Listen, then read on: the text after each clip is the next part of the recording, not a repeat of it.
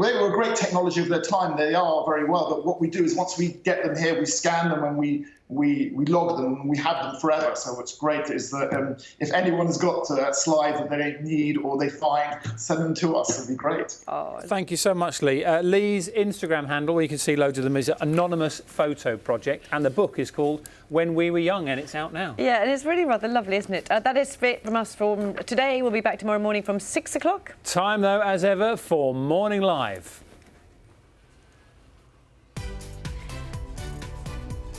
Thanks, Dan and Louise, and welcome to Morning Live, where today we're asking if you'd grass up a neighbour for defying COVID rules and having friends over. Yeah, also coming up, caught on camera. Rav Wilding brings us the moment his local gym was forcibly shut down by police after refusing to lock up in lockdown.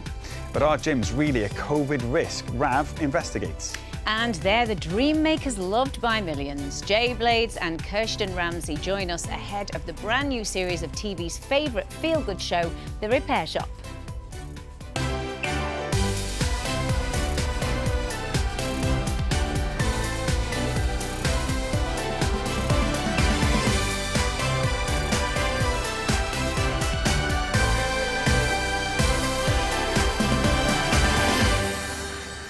Hello and welcome to a new week, your Monday Morning Live, on a day when England heads into its first full week of lockdown 2. But my family and everyone else in Wales no longer needs to stay at home because the 2-week fire break is now officially over. Yeah, how are your family feeling about that now? They're good. I was chatting to them over the weekend, actually. Mum and Dad doesn't change much for them because, you know, Dad's vulnerable, so he's being careful. My sister was excited about going to the gym again. So I suppose there's a little bit of normality coming back, which is a positive, which is good for them. Yeah, absolutely. Normality. Well, there is light at the end of the tunnel in Northern Ireland too. But wherever you are in the UK, and whether you're heading out or having to stay in, don't worry, because we have got your back. We have, yes. We've got a show packed full of expert advice today, including the world-leading doctor who says food allergies could soon be a thing of the past because she can train our immune system to beat them. When I said world-leading doctor, Zand got very excited. But not yet, Zand, not yet. Yes, calm down. Anyway, coming up, money expert and entrepreneur Emmanuel Asukwo tells us how we can all avoid a nightmare before Christmas with our cash. Yes, and our world-leading doctor in the studio, Dr. Zand, is back today too. Now, we've been reading about the government maybe getting ready to mass prescribe vitamin D. Is that right, Zand? It is right that you've been reading about it. We don't know if it's going to happen, but I am in favour of taking vitamin D. He likes it when I do my research for him, doesn't he? Yeah. He does. He's always very proud of me. If you've got any questions for Zand, as always, get in touch morninglive@bbc.co.uk. We love hearing from you, so let us know how you're feeling at the moment, how you're coping, and especially if there's anything you're looking forward to right now. We'll be chatting to Jay Blades and Kirsten Ramsey from The Repair Shop, and we've got a surprise waiting in the wings for Countryfile favourite Adam Henson. As Children in Need gets underway, we'll tell him the total he's helped raise so far to support some amazing families. Ryan, what was your life like before you got diesel? At night, I was scared because I couldn't see or hear anything. And now do you have diesel with you? Yeah. And how much do you love him? I love him so much, he's my best friend. Oh, that's gorgeous. We'll hear from all those ramblers a bit later on, and the number crunchers are still counting those donations as we speak, but we believe it's a massive, massive total. We'll find out a bit later on. But before all of that, with one police chief in Manchester calling us to dob in our neighbours if we notice they've sneaked some friends round, we wondered what you would do in lockdown, or if people were breaking those lockdown rules. So I took that thought to the streets of Warrington to see what the reaction was there. So the police have now been urging people to tell on their neighbours if they see anybody doing something that they think they shouldn't be doing. What do you make of that? Me personally, I wouldn't. You wouldn't? No, I wouldn't. If it was a big rave or something like that, obviously. But I think if it was just a quiet family, get together, a few beers or whatever, I can't see a problem. We should be just do the right thing. That's what we should be doing. You'll never have a clamp down on everything. People are selfish. They will do what they want to do. The people I mix with, which are usually older people in a supported living building, we've all broken the little bit of the rules in the last lockdown.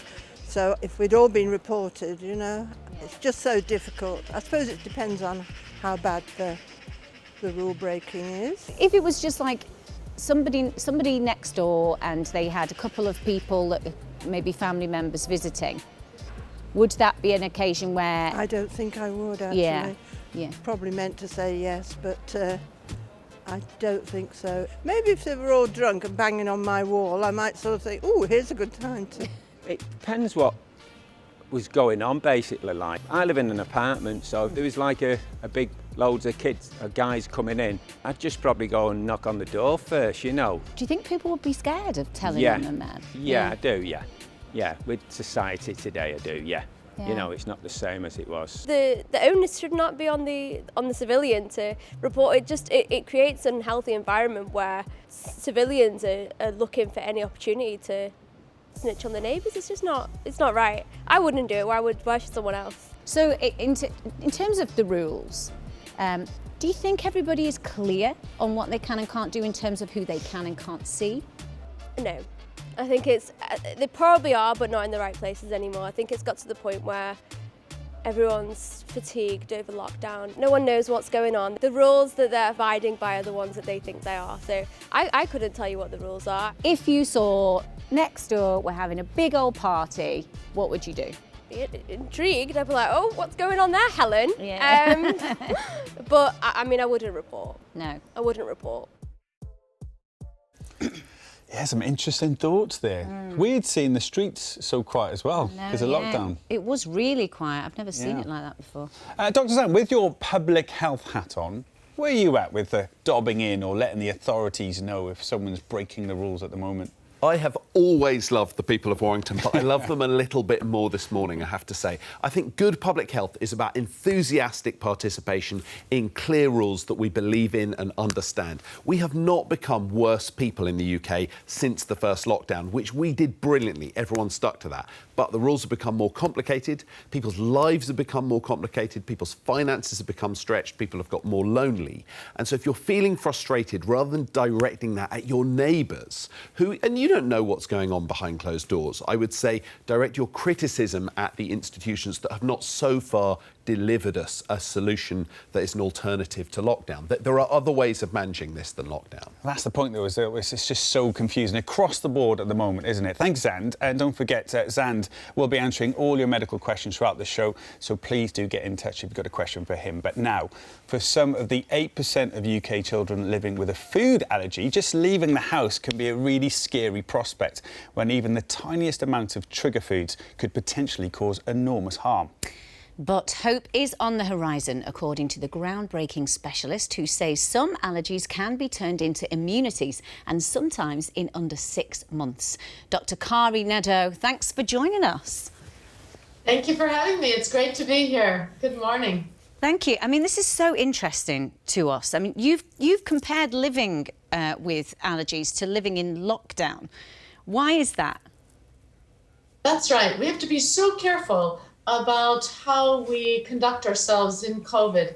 And that's the case for many people with food allergies. It's quite a disabling disease. They have to worry about going out to restaurants and going on an airplane, being in a public place for that accidental exposure of a food. And I'm so glad that the UK and other countries have labeling laws.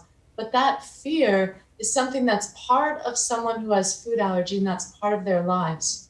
Yeah. Food allergies are on the up, but it seems at the moment we could not be any cleaner. We're more sanitised than ever, aren't we, at the moment? That's right. We have now put all these things into place to make ourselves cleaner, especially during COVID. And some of those things are very important to do in terms of protecting ourselves. But what people have learned throughout the country as well as the globe is that it might be good to have some good dirt. And by that, I mean, have good microbiome. They realize that children and adults living on farms and being exposed to animals and dogs really does help you try to decrease your allergies. And diversifying your diet and getting good food, farm fresh food, is also very helpful. So that's what we've learned today, and that's really important to keep in mind as we think about how to prevent these allergies. That's really interesting, isn't it? Because, you know, we are so clean. We are a nation of cleanliness, particularly at the moment. And I think it's, you know, what you're saying basically there is you know, introducing some good dirt, some good bacteria is a good thing.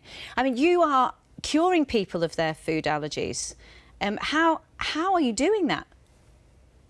Well, I talk about this in the book. We're really excited about this hope and promise that science has delivered on, and that myself, as well as a whole team of people across the world, have now been able to use that science to help protect the immune system. So little by little, we train the body to get desensitized to food. So you start with small specks of the food and you increase them ever so slightly in a trained facility where people are experts in food allergy. And with that, people can get up to a serving's worth of food, a serving's worth of milk, or wheat, or peanut, or nuts that they never were able to take before. So that's what's exciting, is that cure is in hand, and I'm very optimistic about the future. It's worth saying, though, of course, this is done very carefully. It's not something we should be trying at home with food allergies, because we know how dangerous they can be. You're introducing it little by little, aren't you? And I know this is a life project for you as well. Is there a chance that maybe in our lifetimes we can get rid of food allergies completely?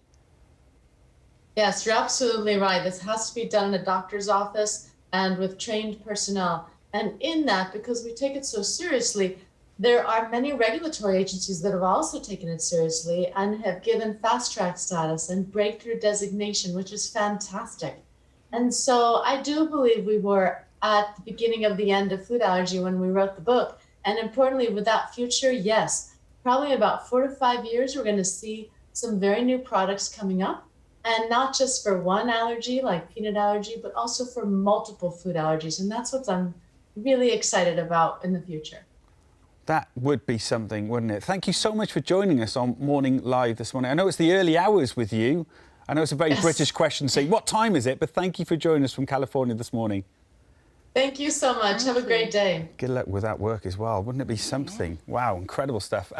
Zand, I know you've been following Dr. Kari's work quite a lot, haven't you? What do you make of her work ethic, like wearing the white coat at midnight in California? Because American doctors are paid more. I know, we can't get you to wear one in the morning with us. I know.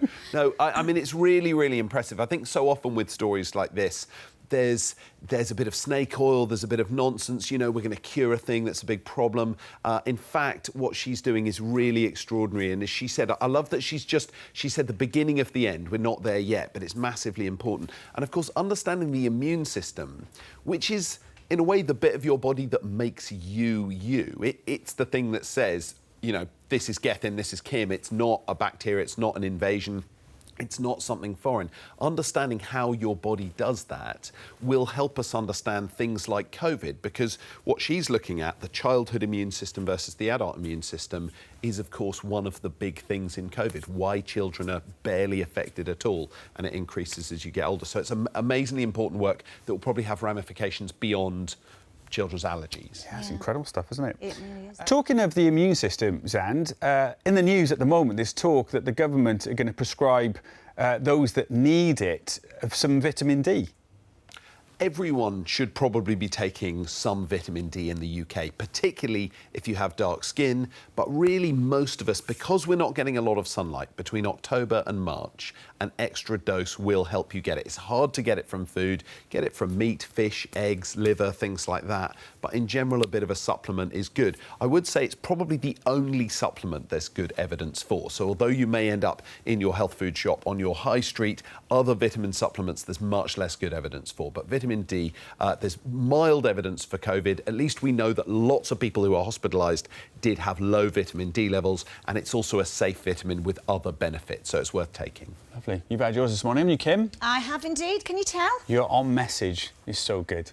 Now, whilst businesses all over the country have been forced to close, some are defiantly staying open, even if that means breaking the new lockdown rules. And with such a focus on health, many gym owners see themselves as part of the solution, not the problem. And as lockdown Mark II got underway in England, Rav Wilding went to his local gym to see why they were flouting the new restrictions despite the threat of police action. A new lockdown in England means millions of gym users are having to pause their workouts or classes. But for gym owners and employees, the impact could be much longer lasting. It's been predicted that up to half of Britain's public leisure centres risk having to close for good by Christmas, leaving potentially 58,000 jobs in the balance. All of which have led the owners of some gyms to take a stand and, despite the rules, stay open. 4 weeks ago, Liverpudlian gym owner Nick Wickham made a very public protest on social media, refusing to accept that the city's Tier 3 regulations meant he had to close. It's unfortunate that it's come to this, but we are going to stay clean, we are going to stay vigilant, but we are staying open. Whether we get anywhere positive with it is anyone's guess, but I'll be honest. If we take this lying down now and in a year's time there's no business left and no gym, I'll kick myself for not trying. So if we get fined, we get fined.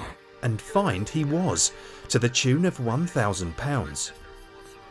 But his video sparked a reaction. It received a huge amount of attention on social media, and it led to a crowdfunding campaign that raised over £50,000 for other gym owners who had made the same decision. All the other gym owners, please, we need as many of you as possible to have this overturned. Nick's campaign worked, and gyms in Tier 3 reopened. Gyms are clearly a very important part of people's lives, but the government doesn't consider them essential at this moment in time. Now, as a former police officer, that creates a dilemma, because rules are the rules, but I totally see the argument on both sides. So on day 1 of England's new national lockdown, I wanted to see what people round where I live thought about whether gyms should stay open. Well, it doesn't impact me personally, but I do agree that they should be closed. You can exercise outdoors. I think we all need to knuckle down for our 4 weeks. To be honest, it's a daily exercise, so people should be able to go to gyms, and gyms are doing really good stuff. Next stop, my local 24-hour gym, which the owner had already said he was refusing to close. Little did he, or I know, what was about to unfold. Just before 8:30 a.m, the police came knocking. And it was staff member Sam Haysom who dealt with it. So the policeman came in, he was on his own, he literally first stated to me that he wasn't here to issue fines. Basically, he just said he's going to pop back in every hour. But it was a fast-changing situation. By lunchtime, the police were back, this time in much greater numbers. We can see over my shoulder, that is the owner talking to police now. There's a massive police presence here, we don't know what's going to go on. He was determined to leave the gym open for his members. It absolutely doesn't look like that's going to happen now, that's for sure. After his chat with the police, I wanted to know why gym owner Alex Lowndes was risking a fine. Gyms are part of the solution and not part of the problem. I think in a health pandemic we should be putting the nation's health first. That's mental health, that's physical health. I think we protect the NHS. I think it's absolute madness to close gyms at a time like this. There's hand sanitizers all over the building and people are regularly sanitizing their hands. And then we've got screens between the treadmills, we've blocked off certain cardio machines. I mean, the data speaks for itself. We haven't had a single case. According to Public Health England research, only 3.9% of a recent sample of around 100,000 positive UK cases might be traced back to gyms. With such low transmission numbers, I'm keen to know what the science is behind closing them, so I spoke to virologist Professor Jonathan Ball at the University of Nottingham. Can you see why there's an argument to keep them open now, for the benefits outweighing the risks perhaps, if all these measures are put in place to keep that risk as low as possible? We know that things like shopping, for example, are very high risk activities. And we also know that most people catch the virus in their own homes when people visit. And so that's why the sort of measures that we're seeing are trying to limit those interactions. But you know, with the proper precautions, with physical distancing, with increased ventilation in the places as well, all of these will help reduce the risk. And you know, let's hope that we start to see gyms reopening, because the benefits of exercise in terms of well-being, in terms of just mental well-being, you know, we can't underestimate how important that is. For some, the gym has been a lifeline during this pandemic. But at this gym, members are now being turned away.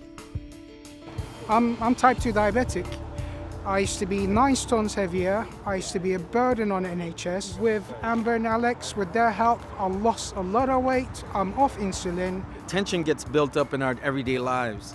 And the gym is one of the ways that we freely, release that energy and feel better, calm down, get to a point in life where the house, the kids, everything running around, gym is really good for you. But despite the benefits many people feel, remaining open, as Alex was trying to do, is still breaking the law. With the police presence, highly likely that they might enforce a use of close today. Is that the end of the fight? Well, it's not the end of the fight at all, no. A lot of gyms are fighting this. There's a collective of us, the ones that are closed and open, and we're all fighting this together to get gyms as included as essential, because I don't think this is going to be the last lockdown. People need exercise. Faced with a prohibition notice from the council, Alex did shut his doors. He said he'd be taking advice from his lawyers. As a keen gym goer myself, I know the benefits that going to a gym can bring for your mental and physical health. And although I'm struck by the figures that all suggest the risk is very, very low, it is still there. The rules are there. We don't have to like them, but we do have to follow them. But I know one thing, this debate is far from over. Yeah, Rav is absolutely right, isn't it? The argument will continue. That's probably what I miss most going into lockdown, is not being able to use the gym. Yeah, and they're so important, I think, not just for the physical side of things, but for people's mental health as well. My sister suffers with mental health problems, and I can always tell when she's back at the gym. Really? Because she's just so much brighter and, really does help, I think. Gym's low risk, Dr. Zand? I mean, we don't have really good data on gyms as a site of transmission, but a lot of people breathing heavily in. I mean, there's a mist coming out of me when I'm in the gym. So I think we're trying to, not to paint too vivid a picture, but I think we're trying to break the chain of transmission. It's, fingers crossed, a short lockdown. I think it's appropriate to close the gyms, but they're massively beneficial, as you say. OK, well, since Rav filmed that last Thursday, his gym has remained closed. Alex, the owner, is speaking to the council to ask if they can open to run a mental health support group. He's determined to join forces with other gyms to continue this campaign. And Rav is actually with us tomorrow, so we'll get an update on that one.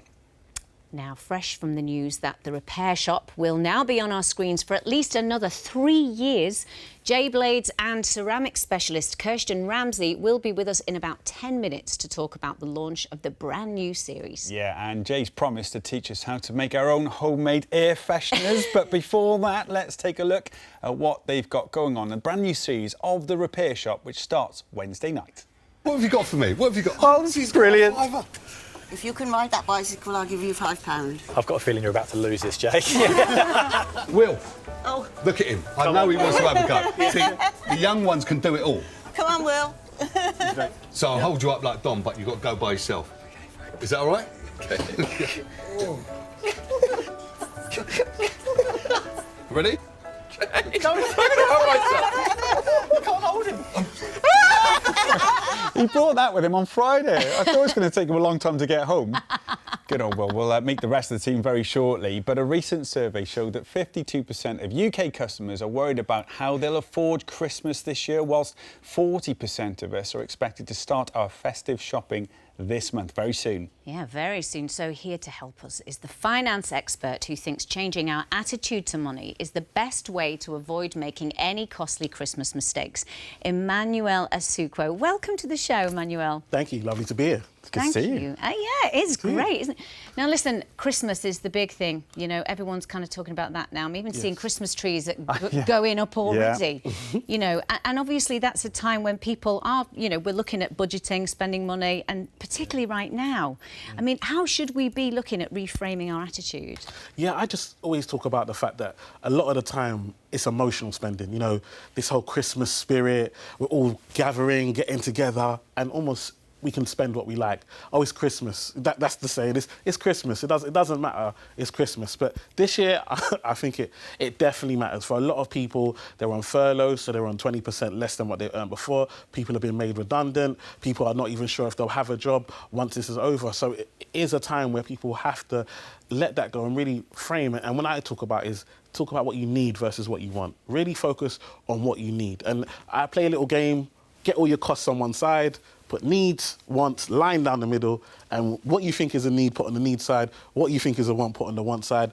Add it all up at the bottom on the need side. If you still have money left over, you can take some from the wants over. But it's all about having a plan. You know the saying, if you fail to plan, you plan to fail. You need some discipline to do that, don't you? Do you know what I'm struggling with at the moment? You sort of open the laptop and you see all these emails that are offering you these incredible offers. And I suppose the laptop is the biggest shopping centre in the world at the moment. How do you change your attitude to that? I think it's simple. It's called unsubscribe. I think sometimes in life we forget that we can do that. I always talk about on social media. It takes ages though. It's really hard to unsubscribe from something. It really isn't. There's a button at the top, in the corner, click it, unsubscribe, and you're free. And what's really important is that, you know, subscribe to those that you want and those that you need, but don't let it bombard you. We're at home. The temptation is there already. Why give yourself more?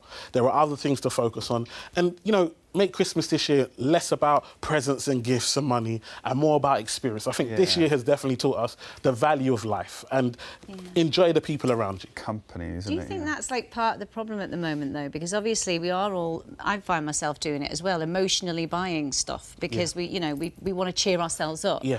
And obviously with Christmas coming, some of us have got children, we don't want to let them down. No. You know, when I was growing up, I know that my parents went through financial difficulty and we never ever felt it because my parents just made Christmas special for us. You know, how is that going to be for people this year?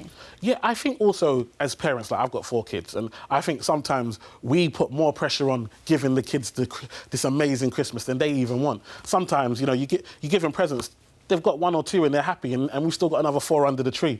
And actually, it's about creating the moments. And I always say, especially with older children, have that conversation. Ask them, do they mind if they have their presents Boxing Day, January sales, and actually get the same thing but later, and you'll be surprised. 9 out of 10 times they'll say, no, it's fine. Yeah, happy. Love the column, needs must. What else can we do? What tips do you have for people to save a bit of money in the lead up to Christmas? I always say, with your plan, the biggest thing we spend on is food. Look, I love a food. And for me, it's about planning. What are we actually eating this Christmas? You know, at the end of Christmas, Boxing Day comes, and who's eating all of that? We've got so much left over. And it's actually, let's plan the meal so that we don't have so much wastage. But then also, if we plan it, then there are websites like supermarket.co.uk, latest deals, where you can go online and look at who's giving me the turkey cheapest this year. Where can I get those Brussels sprouts? And actually plan where you're going to shop and make it cheaper for yourself. Yeah. And there are other apps as well to help with stuff that's not shopping for food?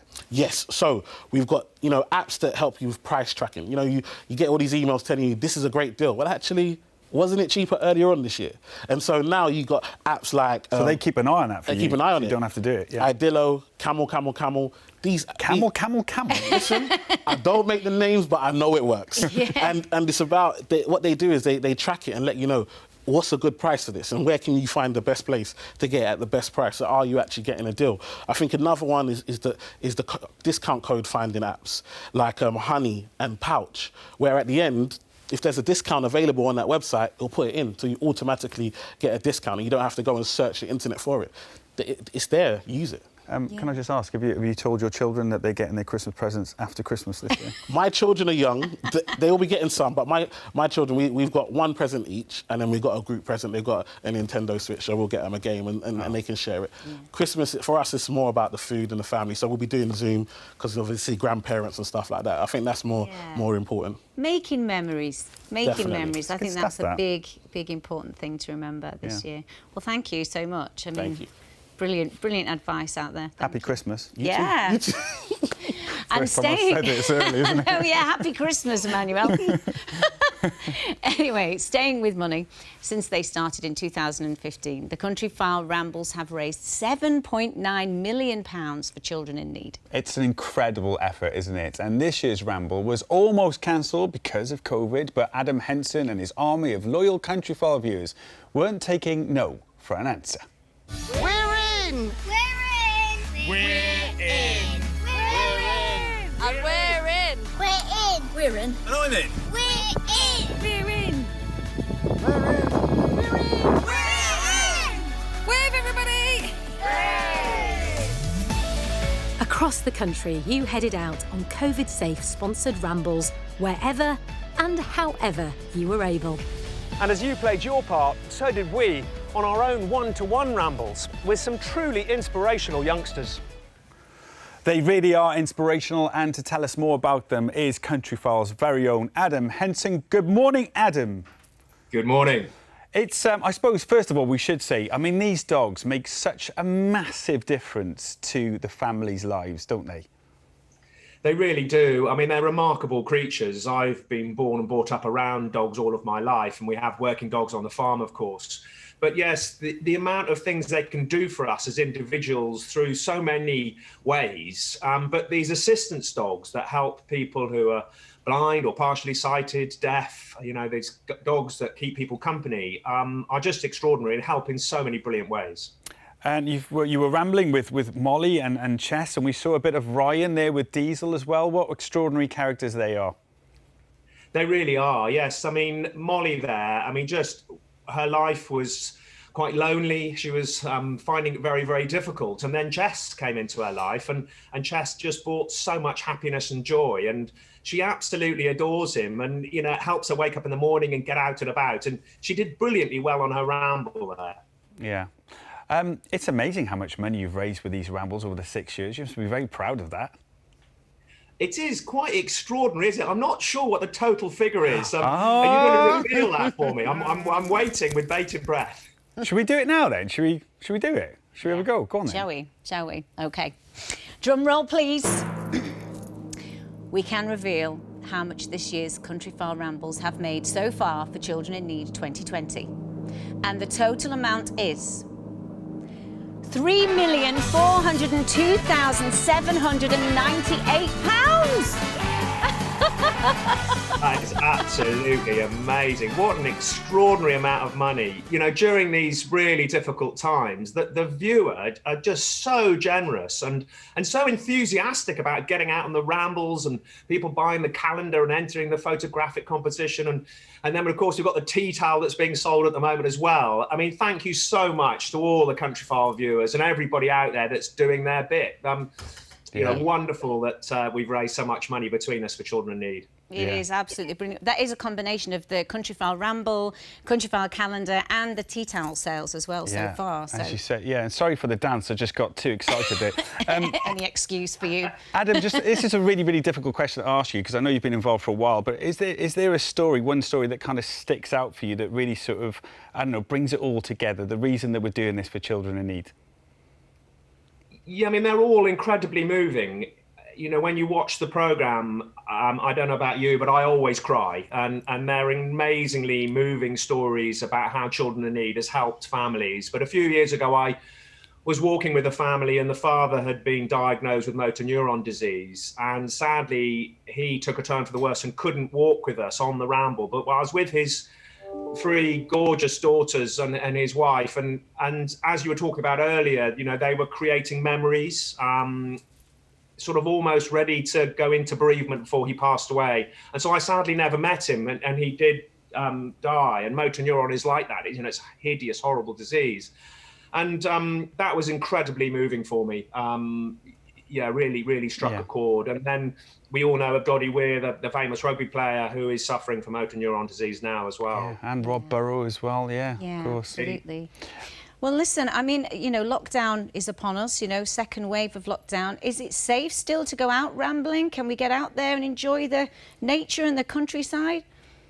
Of course it is. I mean, there are rules and regulations about how many people you walk with and how far apart you need to remain. But yes, you can just go and walk in your local park. You know, you can go up into the mountains if they're close to you.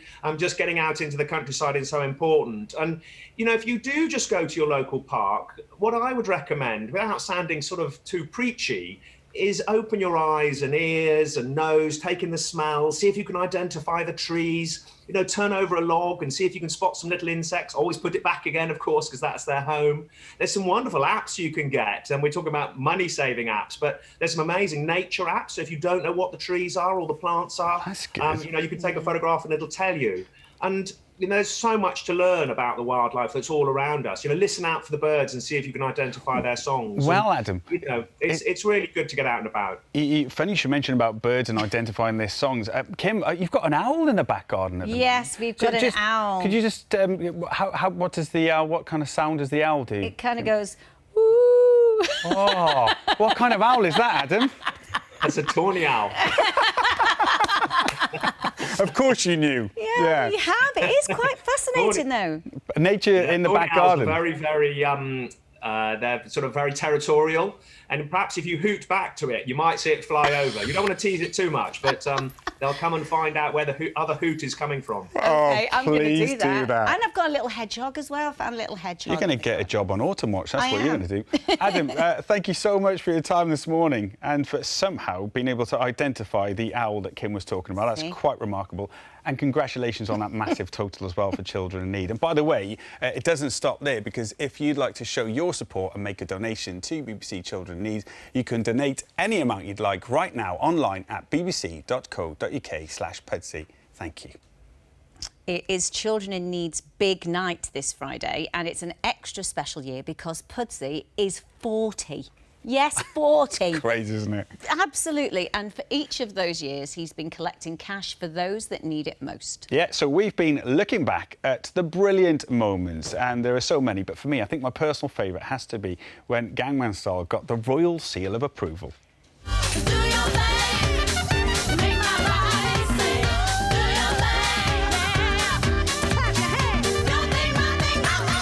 Gangnam Style. Gangnam Style. Hey, sexy lady. Op, op, op, op, oppa Gangnam Style.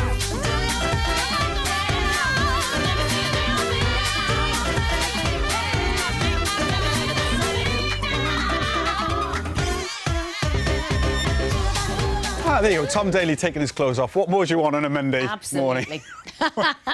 Just saw that by the end. Now, from reading all your comments this morning, it's the moment a lot of you have been waiting for. Yes, riding high on the phenomenal success of The Repair Shop. Resident experts Jay Blades and Kirsten Ramsey are here. Guys, hello, good morning. Matching as well, look at that. They are Are we matching. matching? Did you have a little conversation beforehand about what you were going to wear? No, I think what we do is me and Kirsten, I'll call her Kurs, we've been working together for so long that we've kind of become, on-screen husband and wife, and our son is Will. You're in sync. So, yeah, you're in sync all the time, even when we're not working together. But Kurs, how you doing, girl? You all right? I'm good, thanks. Yeah, nice to see you. Likewise. Guys, listen, so we've just heard then that the show has been signed up for 3 more years, is that right? Husband and wife for another 3 years. Yes.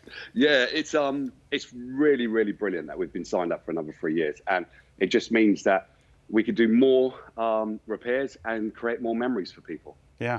And of course, you've got your lovely son, Will, with you. I don't know why we've made you into a family, but it seems to be a theme right now. Kirsten, we've been having so much fun with Will, but we didn't realise he had sort of this nerve problem with sort of being nervous on live TV. How is he with you on The Repair Shop? Any nerves? He's great. I didn't actually know that he was really suffering from nerves.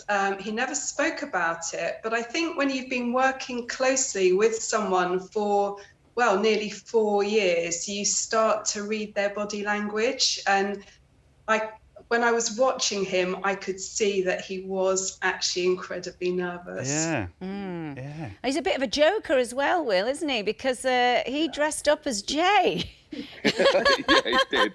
You got the picture? Oh, yeah. Wow. Lovely. What was that about? Because often I get changed. I have different shirts, so I have more than one shirt. And basically, I was changing because I got one shirt dirty, and Will decided to put it on and just take a picture. He's a brilliant joker. Brilliant joker. It's obvious that He's always planning around. Yeah. Always. It looks like you're having so much fun. It's obviously your passion projects. A new series, a new book. Kirsten, what can we expect from the new series? I am so excited about the new series. It's full of some wonderful, wonderful items. The fact that these people come and share their stories with us, I think we feel very honoured. Yeah. I have got a lovely item that's going out on Wednesday, a collaboration with Brenton, a beautiful micro mosaic cross. And Margaret, who comes in to tell her story, is an absolute cracker. So, yeah, be sure to watch it. Ah, brilliant. And we also saw, Jay, you showed us how to make dishwasher tablets. That was unbelievable. How big that became. It was massive. So are there going to be other home fixes that you're going to show us? I'm hoping that it will come back. I think it's one of those things where we all need to save money. And I love doing things which cost next to nothing. Hence why I do a lot of upcycling and do a lot of just vamping up your furniture. And if it means you can make your own air freshener, you can make your own dishwasher tablets, you can make your own furniture polish. I don't buy furniture polish anymore. I made my own. Look at that. There it is there. It's in this bottle. So basically, it can be done. Anything you can, well, most things you can buy in a shop, you can actually make because someone has made it for it to be in the shop anyway. Will had brought his concoction for like treating the wood that he was talking about last week, and people are obsessed with that. I heard a little rumour that you can do an air freshener. Yeah, I could. Well, everybody could do an air freshener. All you need is a bottle like that. So one of those. That's Just probably need why I some get water. stuck, though, Jay. I get to that point and then get a bit stuck. But yeah, go on.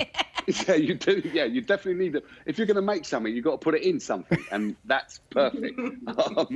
And also, this is glass, so it's reusable, and you can wash it out, and it's absolutely perfect. Okay. So you need water, a third of a cup of water, teaspoon of vodka or rubbing alcohol, and then 10 drops of essential oil. Now, that could be anything you like.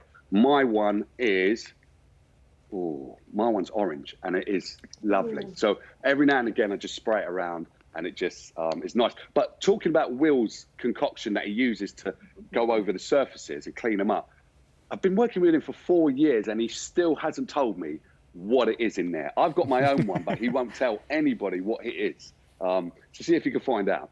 We can definitely do that, yeah. We'll find out on one line. Thank you. Kirsten, it just feels like the repair shop has come at a good time, starting on Wednesday. We just need it right now, don't we? And of course, we can watch it and we can read about it as well. What's in the new book too?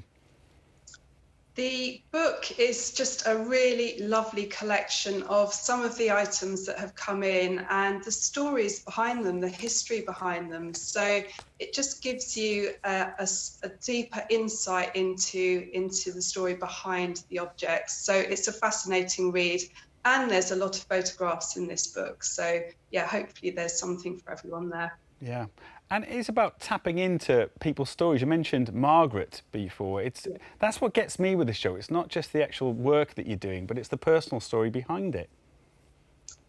It's a really lovely combination for us because we obviously love what we do, the restoration side, but we do get involved in the stories behind the items, and we get very, very involved in the people and the emotions that every single item that we're working on, we tend to sort of get really wrapped up in it in a very lovely way. Yeah. I think they're incredibly brave coming in and sharing their stories with us, and that carries with it a certain weight of responsibility. But the feeling that you get when you see their face when the item is revealed, it's honestly, you can't beat it. And that's what makes it lovely to watch. Good luck with the new series starting on Wednesday night. Can't wait. Thanks for joining us. No problem. Thank you. Thanks, guys. Love those guys. Brilliant show. Loads of comments coming in. Oh my goodness, about whether you dob your neighbours in, about allergies, about vitamin D's, and Cynthia on email. I've bought some vitamin D tablets. I'm already taking omega-3 capsules, which contain vitamin D. Can I take both? Vitamin D is much more important. I know lots of people have been asking about medicine interactions. The dose the NHS recommends is very low, 10 micrograms per day. You can buy much bigger doses. Don't buy the bigger doses, and then it's pretty safe. If you're concerned, chat with a pharmacist. But you synthesise it naturally, so it's usually okay. And Viv on email says, what is the difference between the expensive vitamin D in chemists and cheap vitamin D in the pound shops? I mean, in the UK, it should all be regulated and it should do what it says on the tin. So in theory, no difference. I suppose, like lots of people, you might be a little reassured by spending more. But, you know, there's a lot of money in vitamins. So I would say if you can get it, it should be fine, and try and save as much money as you can at the moment. OK, and Dominic and the neighbours. Richard, my wife and I have been self-isolating since March the 6th. We've not broken any rules because we want to help ourselves, our neighbours, and help the NHS. We're sick and fed up with people saying that they break or stretch the rules. And then Lynn says, we don't know the full story as to why they are seeing somewhere most people are using their common sense. So, yeah, there is that, isn't it? It's quite balanced. There's a lot of confusion around. Thank you for all your comments this morning. We could have gone on and on and on with those. Yeah, we could have. Thank you so much. Well, that is it for today. Join us tomorrow as we get set for Holby City's COVID special. Yeah, Gardener's World presenter Mark Lane tells us why the plants we pick tell us a lot about our personality.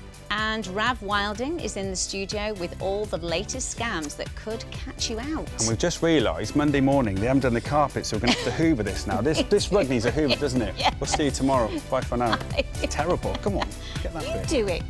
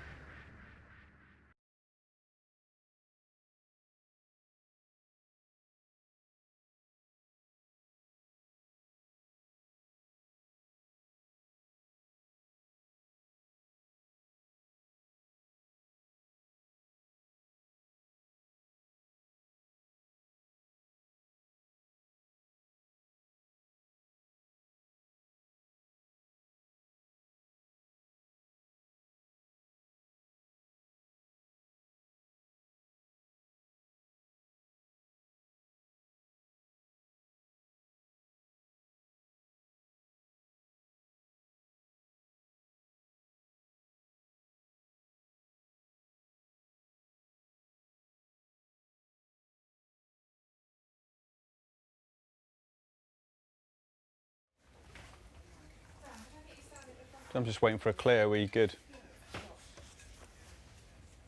Oh. Zando. So was Zand meant to be in that chair? What, mate? Was Zand meant to be in that chair? Yeah, I know, that's a weird... That's, I was reluctant to sort of ask you questions from afar. Well, I didn't get told to. No, you didn't. No, you're right. No. No, you weren't, yeah. We were on time. Thank you. I wondered what you were looking at then. What are you? Your poppy. Are you Rudy Ali? You wondered, and that is the answer. Yes. Good. Yeah. Yeah, it was it. That's why I went away from it.